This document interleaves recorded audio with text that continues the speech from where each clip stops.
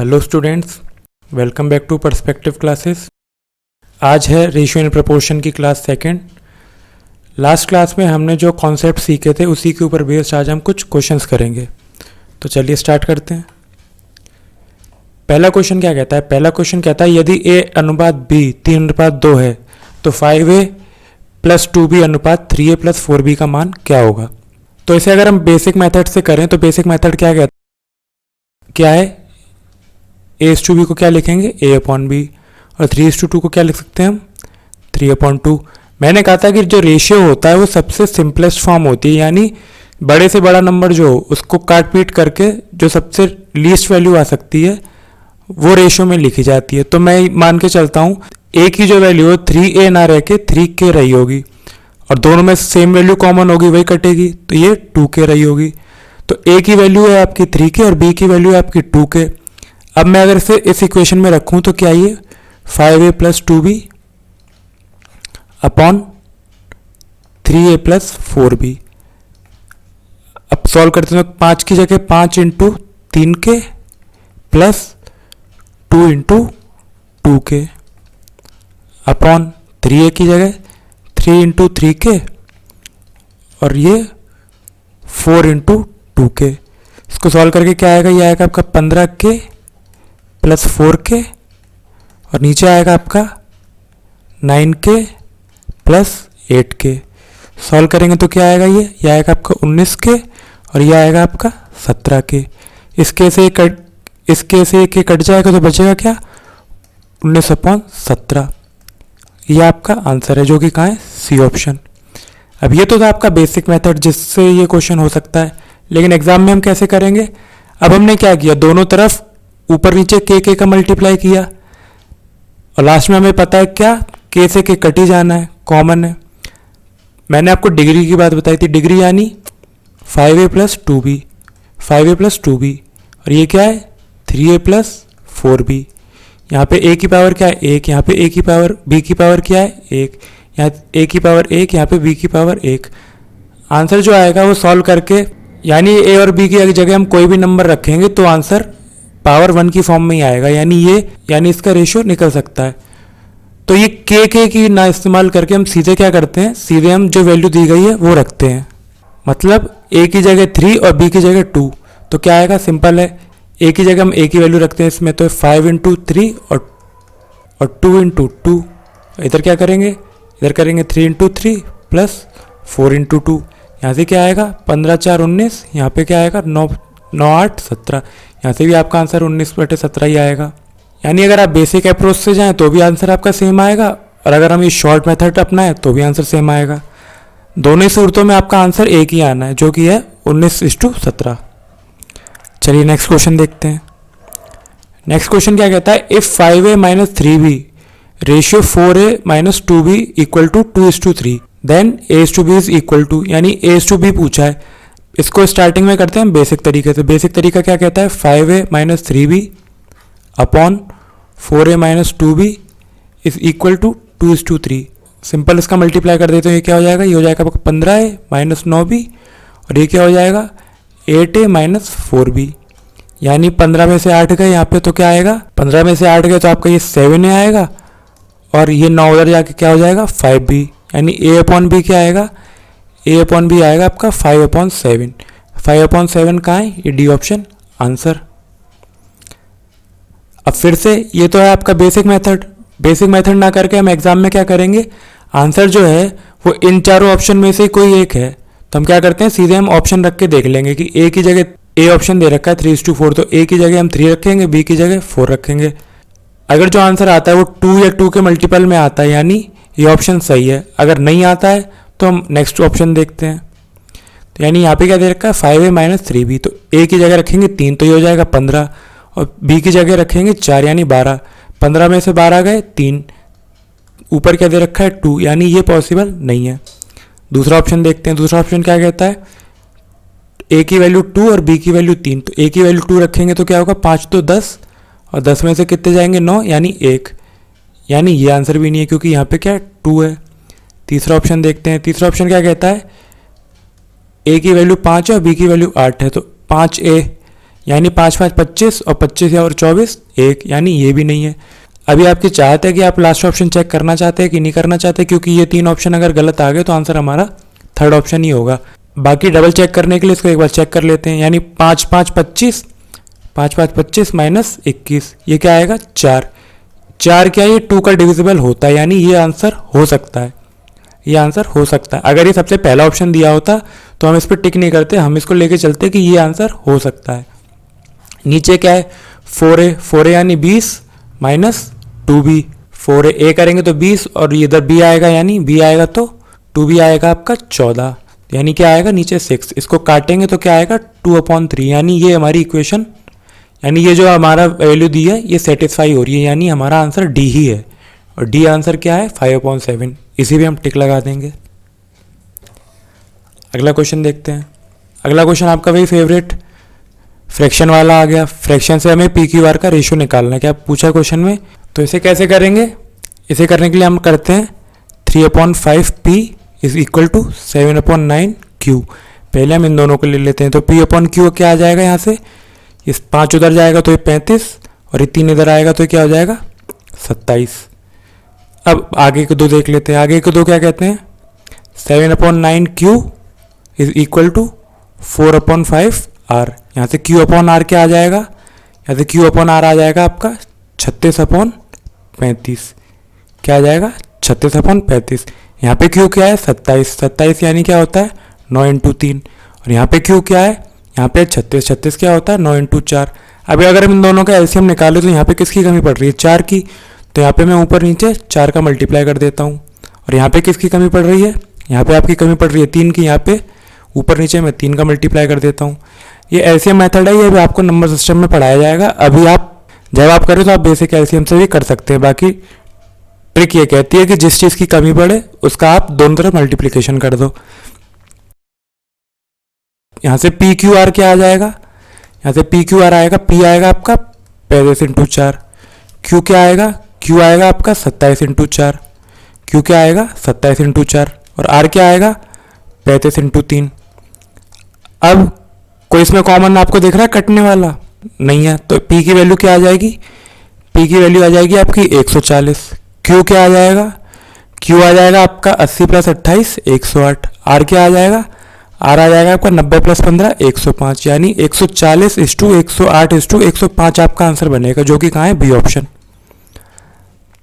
अब अगर आपका एग्जाम में ऐसा क्वेश्चन आता है तो आपको पूरा क्वेश्चन निकालने की कोई ज़रूरत नहीं है, आपको सिर्फ ये स्टार्टिंग की 2 वैल्यू लेनी थी और इसी से ही आपका आंसर मोस्ट प्रोबेबली सॉल्व हो जाएगा। जैसे कि मैं कहता हूँ कि p/q की वैल्यू क्या आई, p/q की वैल्यू आई थी आपकी 35 = 27। मैंने आपको बेसिक कॉन्सेप्ट क्लास में सिखाया था कि अगर हम रेशियो को आपस में कंबाइन भी कर देते हैं तो वो अपना बेसिक रेशियो नहीं छोड़ते हैं, जो स्टार्टिंग में जो रेशियो वैल्यू होती है वो नहीं छोड़ते, यानी p/q जो है वो हमारा 35 = 27 के रेशियो में ही होना चाहिए। पहले ऑप्शन में देखते हैं p/q क्या है, ये p क्या है, ये q है, यानी ये 35 = 36 के रेशियो में, यानी ये ऑप्शन नहीं हो सकता।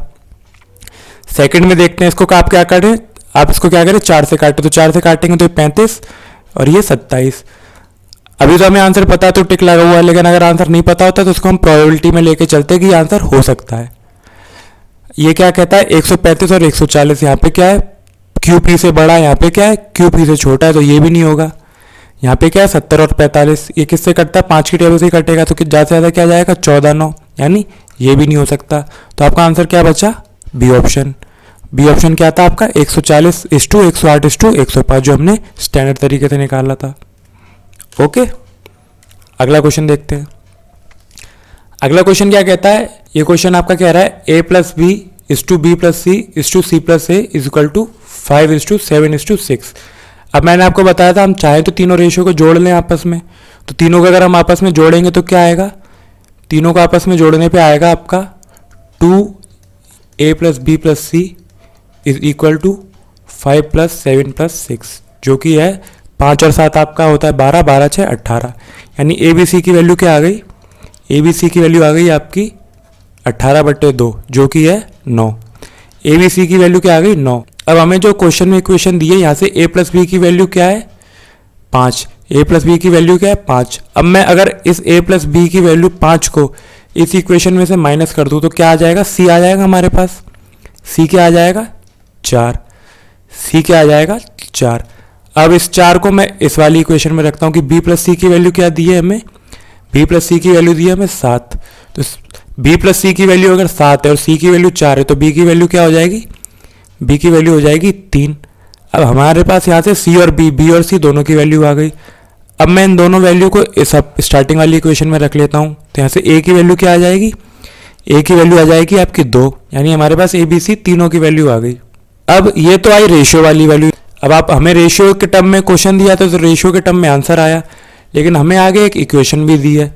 इक्वेशन में जो इसकी स्टैंडर्ड वैल्यू है या जो ऑथेंटिक वैल्यू है जो होनी चाहिए वो लगी हुई है। तो इक्वेशन कहती है 2a minus 3b is equal to 4c अगर 66 है तो c की वैल्यू क्या होगी। तो हमें सारे रेशियो को यहाँ पे रख लेते हैं।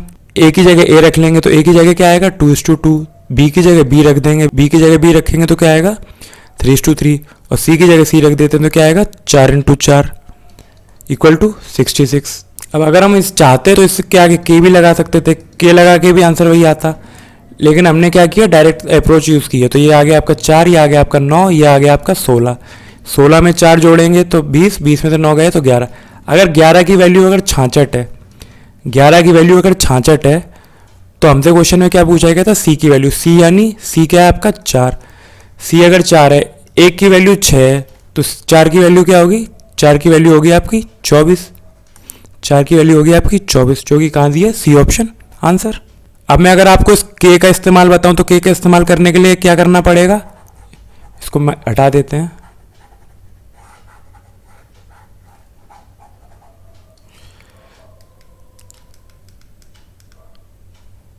अब इस इक्वेशन में हम a की जगह रखते हैं 2×2 के, b की जगह क्या रखते हैं, b की जगह रखते हैं हम 3×3 के, और c की जगह क्या रखते हैं, c की जगह रखते हैं हम 4 के इक्वल टू 66। यहाँ से क्या आएगा, सॉल्यूशन तो वही आएगा, यानी 11k is equal to 66। 11k is equal to 66। k की वैल्यू क्या आई, k की वैल्यू आई आपकी 6। अब k की वैल्यू 6 है तो हमसे क्वेश्चन में क्या पूछा गया था, 4k। तो 4 की वैल्यू क्या होगी, 4×6 यानी 24 आंसर। अगला क्वेश्चन करते हैं। अगला क्वेश्चन क्या कहता है, if a plus B upon C is equal to 6/5 और b plus C upon A is equal to 9/2 then what is the value of a plus C upon B. अब यहाँ भी हमें ए बी सी दे रखा है और यहाँ भी हमें ए बी सी दे रखा है। अब अगर हम इन दोनों रेशियो को बराबर कर दें, क्योंकि दोनों तरफ टर्म बराबर दे रखे हैं, यहाँ पे अगर मैं a प्लस बी प्लस सी तीनों को जोड़ दूँ तो क्या आएगा, मैंने आपको बेसिक कॉन्सेप्ट क्लास में क्या सिखाया था। तो हम इसे कैसे करेंगे, यहाँ पे a plus B upon C is equal to 6/5 और इधर क्या है b plus C upon A is equal to 9/2। अब हम देखते हैं यहाँ भी ए बी सी दे रखा है और यहाँ भी ए बी सी दे रखा है, दोनों तरफ ए बी सी दे रखा है। अब दोनों तरफ अगर ए बी सी दे रखा है और अगर हम तीनों को जोड़ दें आपस में, मतलब न्यूमरेटर और डिनोमिनेटर को अगर हम जोड़ दें तो इधर वैल्यू क्या आती है, इधर आती है 11 और इधर क्या आती है, इधर भी आती है 11। यानी ये दोनों इक्वेशन बैलेंस्ड है, हमें रेशियो बैलेंस करने की ज़रूरत नहीं है। अब यहाँ से हमारे पास a की वैल्यू क्या आ गई, a की वैल्यू आ गई हमारे पास 2 और c की वैल्यू क्या आ गई, c की वैल्यू आ गई हमारे पास 5। अब इस a प्लस बी में से कर लें या फिर b प्लस सी में से कर लें, वैल्यू आपकी सेम आएगी। a प्लस बी अगर 6 है, a प्लस बी की वैल्यू अगर 6 है और a हमें 2 दे रखा है तो b अपने आप क्या आ जाएगा, b अपने आप 4 आ जाएगा। नहीं तो आप यहाँ पे रख के देख लीजिए, b प्लस सी अगर 9 है और c 5 है तो भी b 4 ही आएगा। तो क्या आ गया, a 2 आ गया, c 5 आ गया और b 4 आ गया। क्वेश्चन में क्या पूछा गया है, क्वेश्चन में हमसे पूछा गया है a plus C upon B. तो a प्लस सी क्या हो जाएगा 7 और b क्या हो जाएगा 4, यानी आंसर हमारा 7/4 होगा, जो कि कहाँ है ये डी ऑप्शन आंसर। ये तो काफ़ी इजी क्वेश्चन था। अगला क्वेश्चन देखते हैं। अगला क्वेश्चन आपका फेवरेट इक्वल टू वाला क्वेश्चन। इसको कैसे करते हैं, वही a का रेशियो निकालना है तो b और c के कोएफिशिएंट्स को मल्टीप्लाई कर देते हैं। तो क्या होगा, a का निकालने के लिए क्या करना पड़ेगा, b और c के कोएफिशिएंट्स को मल्टीप्लाई करना पड़ेगा, जो कि क्या है 4×9। b के लिए 6×9, c के लिए 6×4। इसमें कुछ कॉमन दिख रहा है, काट लेते हैं। ये 3 की टेबल से जाएगा 3 बार, ये 3 की टेबल से जाएगा 3 बार और ये 3 की टेबल से जाएगा 2 बार। अब 2 से काट लेते हैं, 2 कट गया तो ये जाएगा 3 बार, ये जाएगा 4, ये जाएगा आपका 2 बार। तो यानी क्या आ गया रेशियो 6:9:4। अब देखते हैं कहाँ है, ये रहा आपका option answer D option. Cross check के लिए आप आंसर वेरीफाई भी कर सकते हैं। ए की जगह ए रख लीजिए तो 6 ए रखेंगे तो 6 × 6 36। बी की जगह 9 रखेंगे 4 × 9 36। सी की जगह 4 रखेंगे यानी 4 × 9 तो भी 36, यानी आंसर वेरीफाई भी हो गया, यानी यही आपका आंसर है। नेक्स्ट क्वेश्चन देखते हैं। नेक्स्ट क्वेश्चन जो है थोड़ा अच्छे लेवल का क्वेश्चन है। इसको सॉल्व करने के लिए आपको थोड़ा सा एनालिसिस करना पड़ेगा और इसमें वही हमारा कोविडेंडो डिविडेंडो रूल लगेगा। इस क्वेश्चन में देखते हैं दिया क्या गया है। दिया गया है आपका z/x-2y और 2z + x/2y = 2x + z। पूछा क्या गया हमसे x + y + z/z की वैल्यू पूछी गई है, यानी कुछ इसमें प्लस माइनस एडिशन सब्सट्रैक्शन करके हमें x y z की वैल्यू निकालनी है। तो अगर हम इसमें ध्यान से देखें तो क्या होगा, अगर मैं इन तीनों इक्वेशन को आपस में जोड़ दूं तो z का क्या हो जाएगा 3z। मैं क्या करता हूं इनको इन तीनों को आपस में जोड़ देता हूं तो क्या हो जाएगा 3z + 3x। क्या हो जाएगा 3z + 3x। और ऊपर जोड़ा है तो नीचे भी जोड़ते हैं तो ये -2y और 2y तो कट जाएगा और ये क्या आएगा x + z। ये क्या आएगा x + z। अगर हम कॉमन लेके काटते हैं तो क्या हो जाएगा 3x + z/x + z। तो यानी इसके आंसर आएगा 3। यानी इन तीनों वैल्यू की जो इक्विवेलेंट वैल्यू है वो है 3। इन वैल्यू की जो इक्विवेलेंट वैल्यू है वो है 3। तो यहाँ पे कर लेते हैं, हम लेते हैं सबसे लास्ट वाला टर्म, क्या लेते हैं 2x + 2x/z। 2x/z की वैल्यू क्या है 3, यानी 2x जो है वो आपके 3z के बराबर है। या फिर ये भी मान सकते हैं कि x और z की वैल्यू क्या है 3/2 है। x की वैल्यू 3 है तो z की वैल्यू क्या है 2। अब ऐसी कोई इक्वेशन यहाँ पे हमें x और z की वैल्यू रख के y की वैल्यू निकाल सके, बिल्कुल है। ये पहला पार्ट ले लेते हैं, यानी z/x - 2y = 3। अब z की जगह क्या रखते हैं, z की जगह हम रखते हैं 2, यहाँ से वैल्यू लेके z की जगह हम रखते हैं 2। और x की जगह क्या रखते हैं, x की जगह रखते हैं हम 3 और 2y को 2y रहने देते हैं तो क्या होगा 3।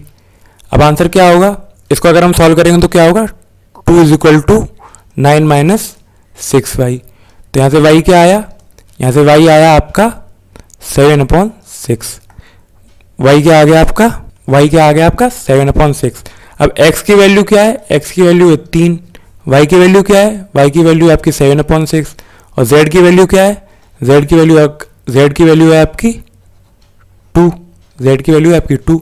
अब ये तीनों वैल्यू आ गई तो अब इसे हम क्या करेंगे, इस इक्वेशन में उठा के रख देते हैं। हमारे पास x y z की वैल्यू आ गई तो हमें क्या यहीं पे रखनी है। x + z हो जाएगा आपका 5 और y हो जाएगा आपका 7/6 और z हमारे पास क्या था 2। तो यानी इसको सॉल्व करेंगे तो क्या आएगा 37/12। 37/12 आपका आंसर आएगा, जो कि कहाँ है, ये बी ऑप्शन आंसर। ये पूरा क्वेश्चन ऑब्जर्वेशन के ऊपर आधारित था कि आप क्वेश्चन को देख के इसका पैटर्न ऑब्जर्व कर पाते हैं कि नहीं कर पाते।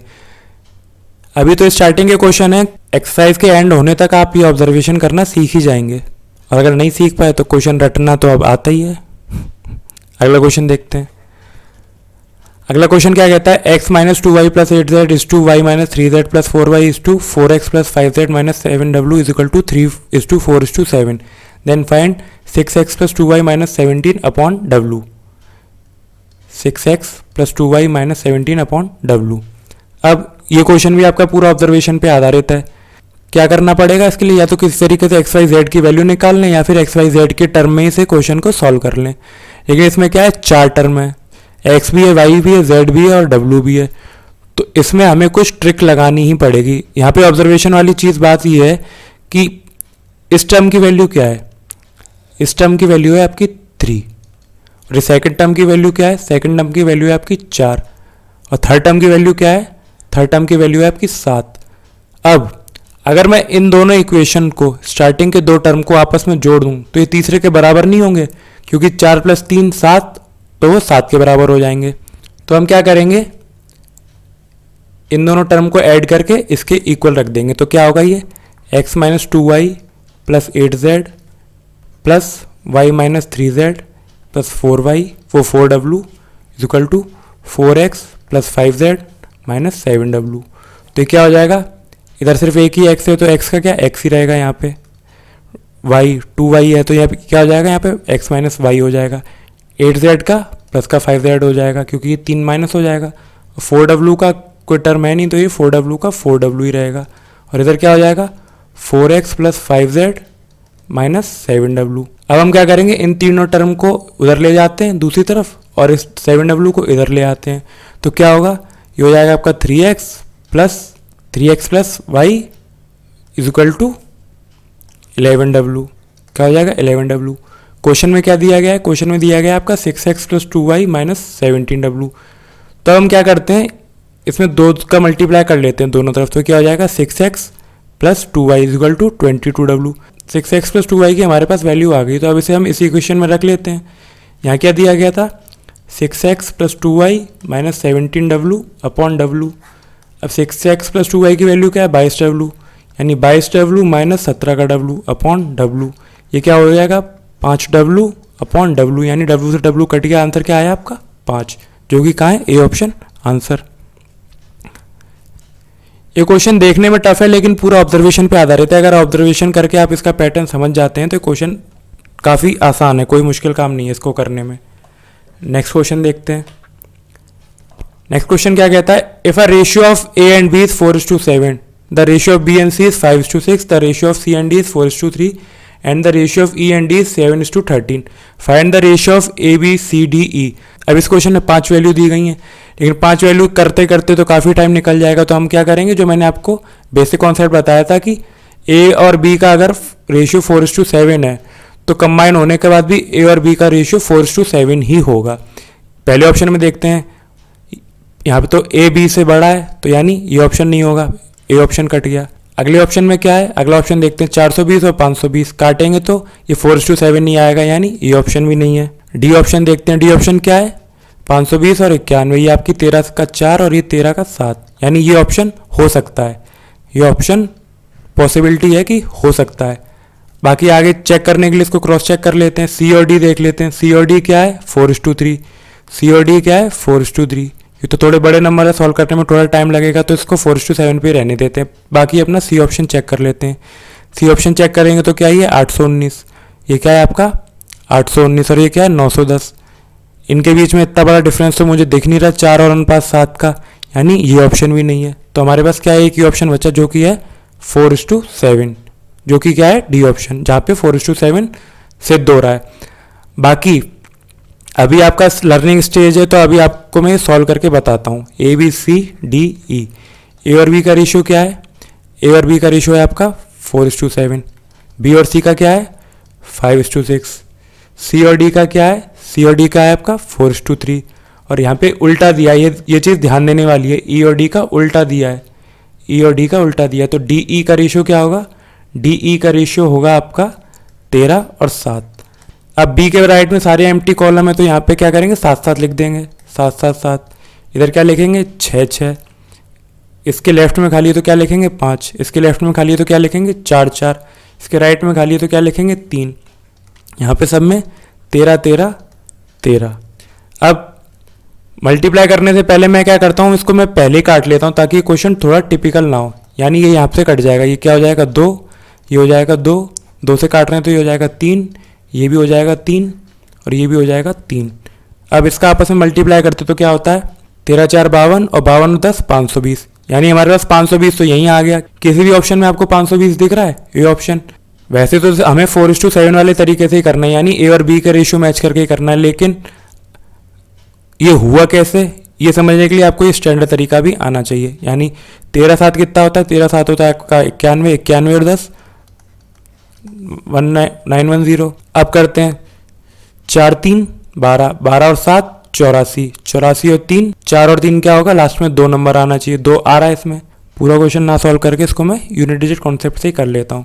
यहाँ पे क्या है 3-3 9, 9-3 27, 7-7 का क्या होगा लास्ट में 9 आएगा, यहाँ पे यूनिट डिजिट 9 है। इस आंसर में भी हमारे पास यूनिट डिजिट 9 है। यहाँ कर क्या करते हैं हम 7-3 21 और 7-3 21, 1-1 यानी यूनिट डिजिट 1 आनी चाहिए, यहाँ पे 1 है।